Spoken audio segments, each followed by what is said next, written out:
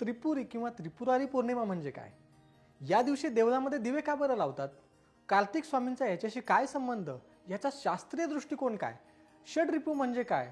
महायोगी शिवांचा याच्याशी काय संबंध आणि या सर्वांमधून काय घ्यायचे? हे जर तुम्हा सर्वांना जाणून घ्यायचे असेल तर हा व्हिडिओ शेवटपर्यंत नक्की पहा. नमस्कार, मी डॉक्टर प्रवीण पाटील आणि गोसत्व या यूट्यूब चॅनलवरती आपल्या सर्वांचं स्वागत आहे. त्रिपुरारी पौर्णिमेला त्रिपुरी पौर्णिमा असेही म्हणतात. या दिवशी भगवान शंकराने त्रैलोक्याला त्रास देणारा त्रिपुर राक्षसाची 3 पुरे जाळून त्याला ठार केले. म्हणून या पौर्णिमेला त्रिपुरारी पौर्णिमा किंवा त्रिपुरी पौर्णिमा असेही म्हणतात. या दिवशी रात्री घरामध्ये किंवा घराबाहेर देवळात दिवे लावावे, तसेच दीपदान करावे, गंगा स्नान करावे आणि कार्तिक स्वामींचे दर्शन घ्यावे असा विधी सांगितलेला आहे. निरनिराळ्या देवस्थानांमध्ये ज्या दगडी दीपमाळा असतात त्याही या दिवशी दिवे लावून पाजळतात आणि या दीपोत्सवाला त्रिपुर पाजळणे असेही म्हणतात. तुम्हाला त्रिपुरारी पौर्णिमेच्या संदर्भात त्रिपुर राक्षसाची कथा माहिती आहे का? तसं पाहिलं तर त्रिपुरारी पौर्णिमेच्या संबंधात 2 कथा आहेत. त्रिपुर नावाचा एक राक्षस होता. त्याने तीर्थक्षेत्री खूप मोठी तपश्चर्या केली आणि ब्रह्मदेवाला प्रसन्न करून घेतले. ब्रह्मदेवाने प्रसन्न होऊन वर माग असं सांगितले. त्रिपुराने देवता, मनुष्य आणि निशाचर किंवा स्त्री किंवा रोग याच्यापासून मला मृत्यू न येऊ दे आणि त्याच्यापासून अभय मिळावे असा वर मागितला. ब्रह्मदेवाने त्यावरती तथास्तु असे म्हणले. ब्रह्मदेवाच्या या वरामुळे त्रिपुरासुर भलताच माजला. त्याची 3 पुरे होती, ती आकाश संचारी होती. त्रिपुर त्या पुरामध्ये बसून त्रैलोक्याला त्रास देऊ लागला. त्याच्या त्रासामुळे सर्व देव वैतागले आणि भगवान शंकराला शरण गेले. भगवान शंकरांनी त्याची 3 आकाश संचारी पुरे जाळून टाकली आणि त्रिपुरासुराला ठार मारले. ही घटना कार्तिक पौर्णिमेच्या दिवशी प्रदोषकाली घडली. त्यामुळेच कार्तिक पौर्णिमा ही प्रदोषकाली असेल, त्या पौर्णिमेला त्रिपुरारी किंवा त्रिपुरी पौर्णिमा असं नाव मिळालं. लोक त्या दिवसापासून दर कार्तिक पौर्णिमेला दीपोत्सव साजरा करून त्रिपुर संहाराचा आनंद व्यक्त करू लागले. आता दुसऱ्या एका कथेनुसार तारकासूर नावाचा राक्षसाला ताराक्ष, कमलाक्ष आणि विद्युम्नाली असे 3 पुत्र होते. मयासुराने या 3 पुत्रांसाठी 3 पुरे बनवून दिली होती.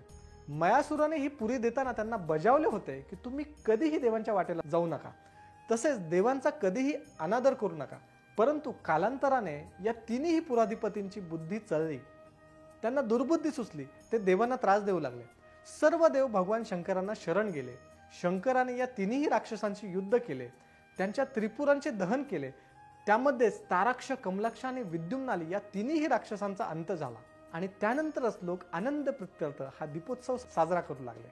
आता कार्तिक पौर्णिमेचा हा दिवस उत्तर प्रदेशात सुद्धा स्कंद जयंती म्हणून मानला जातो. या दिवशी स्कंद मूर्तीची, स्कंद म्हणजे कोण? कार्तिकेय. तर कार्तिकेयाची पूजा करतात. कार्तिक पौर्णिमेला चंद्र कृत्तिका नक्षत्रात ज्यावेळेला असतो त्यावेळेला जर स्कंदांचे किंवा कार्तिकेयाचे दर्शन घेतले तर ते महापुण्यकारक असे सांगितले आहे. त्यामुळेच भारतातील सर्व कार्तिक स्वामी मंदिरामध्ये या दिवशी भाविक जाऊन दर्शन घेतात. आता कार्तिकेय म्हणजे कोण? कार्तिकेय हा शिवपार्वतीचा पुत्र. कृत्तिका या त्याच्या माता ठरल्या म्हणून त्याला कार्तिकेय हे नाव पडलं. याला सेनानी, षडानन, विशाख, शिखीवाहन, कुमार, स्कंद इत्यादी अनेक नावे आहेत.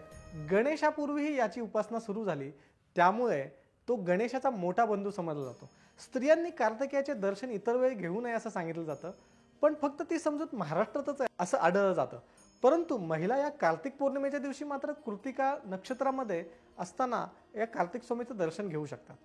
त्रिपुरारी पौर्णिमा ही शिवमंदिरामधील दीप पाजवून साजरी केली जाते आणि हा भगवान शंकरांचा विजयोत्सव म्हणूनही साजरा केला जातो. पुराण कथांमध्ये सांगितल्याप्रमाणे भगवान शंकरांनी आणि देवींनी अनेक दुष्ट राक्षसांना ठार केलं होतं. ब्रह्मा, विष्णू आणि महेश या त्रिमूर्तीमधला शिव हा एक तमोगुणी देव आहे. कैलासावर वास्तव्य असणाऱ्या या शंकराची पत्नी पार्वती आणि गजानन, षडानन हे पुत्र आहेत. नंदी हे शंकराचे वाहन असून भैरवादी गण हे सेवक आहेत. शिव म्हणजे मंगलमय, कल्याण स्वरूप, सदाशिव हे तत्व आहे. जो प्रकाशतो तो शिव आहे. जो स्वतः प्रकाशात राहून संपूर्ण विश्वाला प्रकाशित करतो अशी श्रद्धा आहे. वैदिकांचा रुद्र द्रविडांचा शिव म्हणूनही संबोधला गेला आहे. वैदिक आर्य शिवाला रुद्र म्हणून ओळखतात, तर अथर्ववेदामध्ये रुद्रांचा व्रात्यांशी घनिष्ठ संबंध दाखवलेला आहे. यजुर्वेदाच्या रुद्राध्यायामध्ये रुद्राला व्रातपती असं म्हटलं आहे. यालाच पुढे महादेव असं म्हटलं आहे. हा महादेव योगमार्गी किंवा योगसिद्धी होता, म्हणून शिव हा योगमार्गाचा प्रणेता म्हणून ओळखला जातो. स्वतः शिव महायोगी असल्याचा उल्लेख महाभारतात सुद्धा आहे. पशुपती हे रुद्रांचे आणखीन एक विशेषण आहे. रुद्राला शिव, शिवतर, शंकर ही कल्याणकारी नावे आहेत. पौराणिक शिवाचे केदार, श्रीशैल, त्र्यंबक, अमरनाथ, भीमाशंकर इत्यादी क्षेत्र ही पर्वतांवरच आहेत. रुद्राला त्र्यंबक हे नाव यजुर्वेदातूनच मिळाले. वैदिक साहित्यामध्ये अंब या शब्दाचा अर्थ पिता असा आहे. त्यामुळे त्र्यंबक हा 3 पित्यांचा पुत्र ठरतो. शैव पुराणामध्ये त्र्यंबक या नावावरूनच अनेक कथा आहेत. आता इथे विशेष महत्त्वाची जर गोष्ट म्हणली तर शिवाची उपासना केवळ मानवच करीत नसून दानव सुद्धा शिवाचे उपासक होते. जसं की रावण असेल, बाणासूर असेल, हे दैत्य परम शिवभक्त होते. विष्णू आणि शिव यामध्ये फरक असा आहे की विष्णूने कोणत्याही दैत्याला वर दिला नाही, परंतु शिवाने मात्र अनेक दैत्यांना वर दिले आहेत.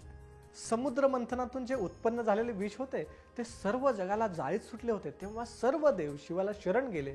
जगाला संकटमुक्त करण्यासाठी शिवाने ते हलाहल प्राशन केले. त्यामुळे त्याचा गळा काळा निळा झाला. शिवाने मदनाला जाळल्याची ही एक कथा आहे. कार्तिक पौर्णिमा अर्थात त्रिपुरारी पौर्णिमा ही प्रदोष व्यापींनी साजरी केली जाते. सायंकाळी त्रिपुर वाती लावून दीपोत्सव साजरा केला जातो. तमसो मा ज्योतिर्गमय म्हणजे महाराष्ट्रातील सर्व मंदिरामध्ये अशा तऱ्हेने उजळून निघतात, जणू काही देवच दिवाळी साजरी करत आहेत. देवांनीच मंदिरे प्रकाशमय केली आहेत असं वाटतं. चांगले रुजवावे, वाईट तेवढे काढून टाकावे, हा विचार यातून मिळतो असे मला वाटतं. याचा आता शास्त्रीय दृष्टिकोनातून जर विचार केला तर मानवामध्ये बघा अनेक प्रकारच्या वृत्ती असतात. त्यामध्ये चांगल्या आहेत, वाईट आहेत. चांगल्या वृत्तीने वाईटावरती विजय मिळवावा व आपलं जीवन प्रकाशमय करावं, ज्ञानमय करावं. आपल्या मनातील काम, क्रोध, लोभ, मद, मोह, मत्सर हे षडविकार संपूर्णपणे निघून जावेत, हा संदेश त्रिपुरारी पौर्णिमेच्या दीपोत्सवामधून आपल्यास मिळतो असं खरं तर वाटतं.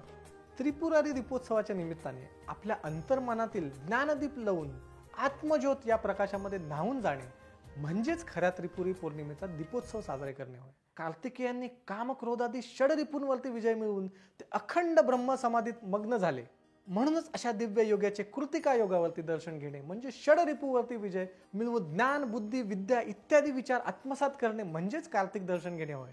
तुम्हाला जर आज काही नवीन माहिती मिळाली असेल तर अजून अशी नवीन माहिती मिळवण्यासाठी आमच्या गोसत्व या चॅनलला सबस्क्राईब करा व बेल आयकॉनला क्लिक करायला विसरू नका. म्हणजे आमची माहिती तुमच्यापर्यंत पोहोचत राहील. तसेच तुमच्या मित्रमंडळींनाही ही माहिती शेअर करायला विसरू नका. धन्यवाद.